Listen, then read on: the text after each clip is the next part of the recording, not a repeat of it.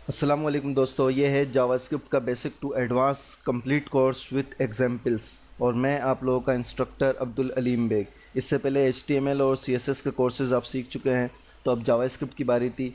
और जिस तरह HTML और CSS के कोर्स के बाद हमने प्रोजेक्ट बनाया था, इसी तरीके से जावास्क्रिप्ट के इस कोर्स के अंदर हम हर चीज़ के एग्जाम्पल्स देखेंगे और इसके अंदर भी प्रोजेक्ट बनाएंगे एक। तो दोस्तों, ये जावास्क्रिप्ट है, तो थोड़ा सा पहले जावास्क्रिप्ट का इंट्रोडक्शन इसके अंदर कर लेते हैं कि व्हाट इज़ जावास्क्रिप्ट। जावास्क्रिप्ट क्या है?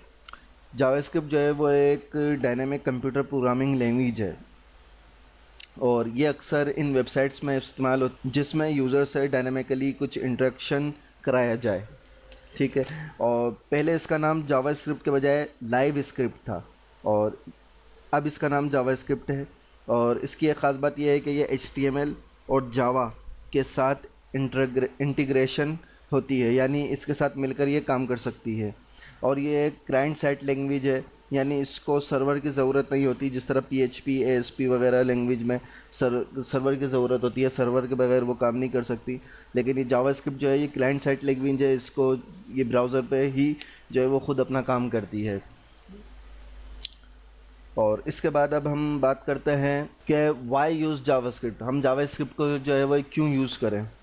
तो जावास्क्रिप्ट जो है वो क्लाइंट साइड मैकेनिज़्म होने की वजह से जो है वो हमें काफ़ी एडवांटेज फराहम करता है।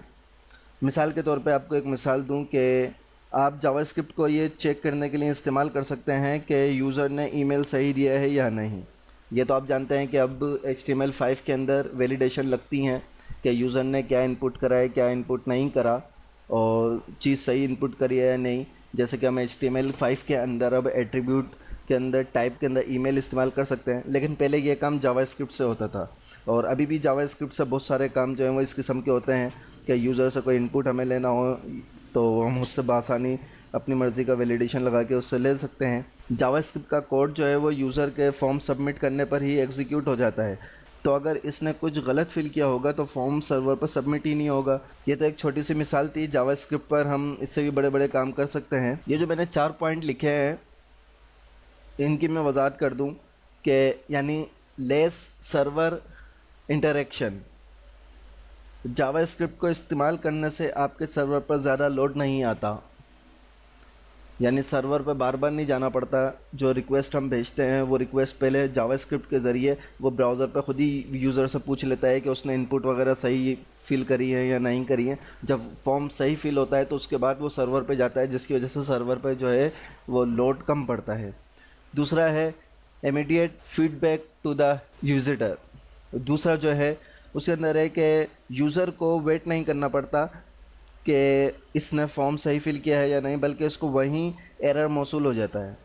इसी तरीके से तीसरे में जावास्क्रिप्ट के इवेंट्स वगैरह को यूज़ करके हम इंटरफेस बना सकते हैं जो यूज़र के माउस हवर करने पे या माउस की मूव करने पे या कीबोर्ड वगैरह की एक्टिविटी पे फ़ौरन उसको रिएक्ट कर देगा। और इसी तरीके से आप इस्तेमाल कर सकते हैं जावास्क्रिप्ट को ड्रैग एंड ड्रॉप के लिए, जो हम HTML के अंदर पढ़ चुके हैं, या साइड बार या स्लाइडर वगैरह बनाने के लिए। ड्रैग एंड ड्रॉप या स्लाइडर बनाने के लिए, जिससे आपकी वेबसाइट मज़ीद खूबसूरत और अच्छी नज़र आएगी। अच्छा, जहाँ तक जावास्क्रिप्ट के फ़ायदे की बात है तो थोड़ा सा इसका डिसएडवांटेज तो नहीं कहेंगे बट लिमिटेशन कहेंगे उसको, कि लिमिटेशन ऑफ जावास्क्रिप्ट। तो चूंकि ये क्लाइंट साइड लैंग्वेज है इसलिए हम कुछ काम इसमें नहीं कर सकते, और ये वो काम है जो सिर्फ सर्वर साइड लैंग्वेज पर होते हैं, यानी PHP और ASP वगैरह इन पर होते हैं। तो जावास्क्रिप्ट पर हम किसी फ़ाइल को रीड या राइट नहीं कर सकते हैं। जावास्क्रिप्ट पर किसी भी फ़ाइल को हम रीड या राइट नहीं कर सकते, जबकि PHP के अंदर ये है सलाहियत है कि हम PHP के कोड के ज़रिए ऑटोमेटिक सर्वर पे कोई फ़ाइल क्रिएट भी करा सकते हैं और उस फाइल को रीड या राइट भी कर सकते हैं। और दूसरी बात यह है कि जावास्क्रिप्ट पर नेटवर्किंग एप्लीकेशन जो है वो नहीं बन सकती।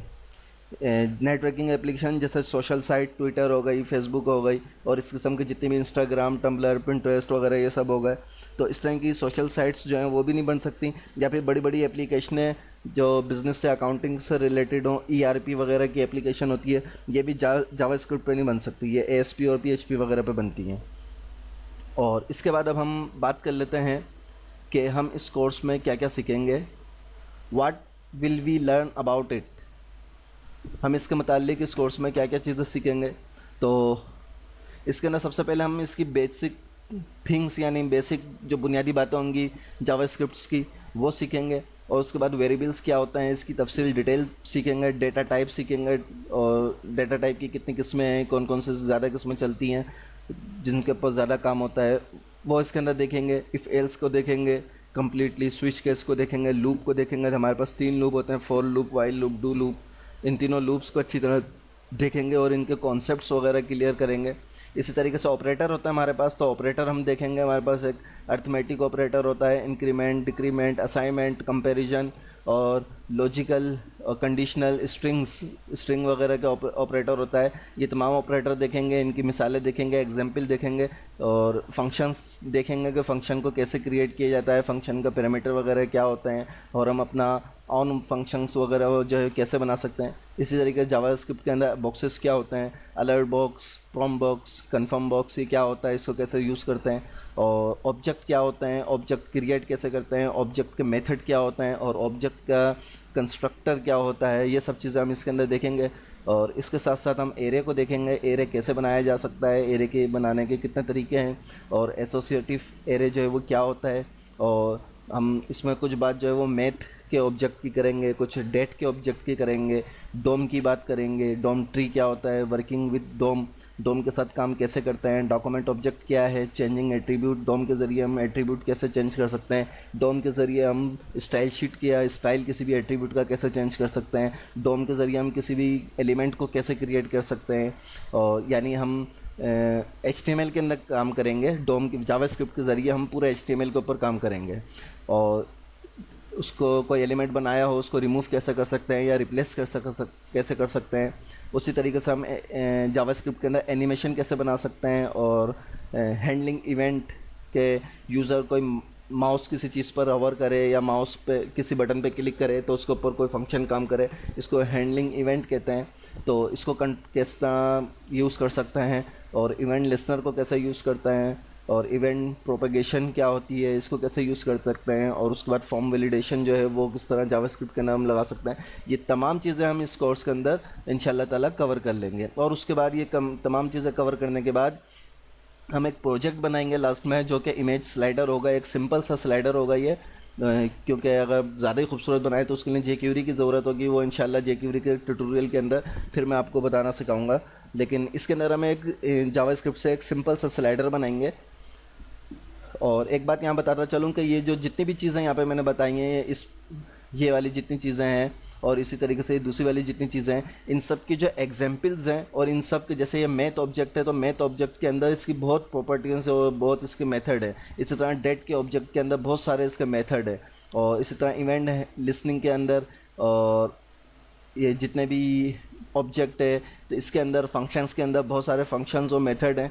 तो इसमें जितनी चीज़ें हो सकी वो मैं कवर करूँगा, मतलब हर चीज़ को कवर करने की कोशिश मैं पूरी करूँगा। लेकिन इसके अलावा भी जो चीज़ें बचेंगी उनके मैं इस कोर्स से हटकर ट्यूटोरियल बना के देता रहूँगा, जिसके लिए आपको मेरा चैनल जो है वो सब्सक्राइब करना पड़ेगा, ताकि मेरे हर ट्यूटोरियल और हर एग्जाम्पल जो मैं बना के आपको दूंगा इस कोर्स से भी हटकर, तो वो उससे भी आप अपडेट रहें। तो ये तो हो गई बात इस कोर्स की, कि इस कोर्स में हम ये सब चीज़ें एग्जाम्पल के साथ सीखेंगे और प्रोजेक्ट भी देखेंगे। बाकी इस कोर्स के अलावा भी मैं प्रोजेक्ट और इन सब चीज़ों के एग्जाम्पल्स, ताकि आपके कॉन्सेप्ट्स मज़ीद क्लियर होते रहें, उसके लिए बना के देता रहूँगा। अब बात आती है इसकी कि जावास्क्रिप्ट डेवलपमेंट टूल क्या है और हमें किस चीज़ की ज़रूरत इसके अंदर पड़ेगी। तो कोई ख़ास चीज़ की हमें इसमें ज़रूरत नहीं पड़ेगी, हमें एक अदद ब्राउज़र की ज़रूरत पड़ेगी, जो कि आप सबके कंप्यूटर में होता है। क्रोम हो, फायरफॉक्स हो, ओपेरा हो, सफारी हो, टॉर्च हो, और या इंटरनेट एक्सप्लोरर हो, कोई सा भी हो। मैं अपने पास या तो क्रोम इस्तेमाल करूँगा या फायरफॉक्स करूँगा। वैसे ज़्यादातर रिकमेंड जो है वो फायरफॉक्स को किया जाता है जावास्क्रिप्ट के लिए, लेकिन अब क्रोम जो है वो भी अपडेट हो चुका है, तो मैं क्रोम या फायरफॉक्स दोनों में से एक यूज़ करूँगा। आप भी कोई भी यूज़ कर सकते हैं। इसी तरह टेक्स्ट एडिटर जो है वो नोटपैड भी यूज़ कर सकते हैं, नोटपैड प्लस भी कर सकते हैं, ड्रीमवीवर भी कर सकते हैं, सबलाइम भी कर सकते हैं, कोई भी आप कर सकते हैं। मैं इस ट्यूटोरियल में जो है वो सबलाइम यूज़ करूँगा। तो ये था मुख्तसर सा इंट्रोडक्शन, जो कि तवील हो गया है। अब हम मिलते हैं इसकी फ़र्स्ट क्लास में, जो कि होगी बेसिक थिंग्स की। तो उसके अंदर मिलते हैं हम और उससे बाकायदा हम अपने इस कोर्स का आगाज़ करते हैं।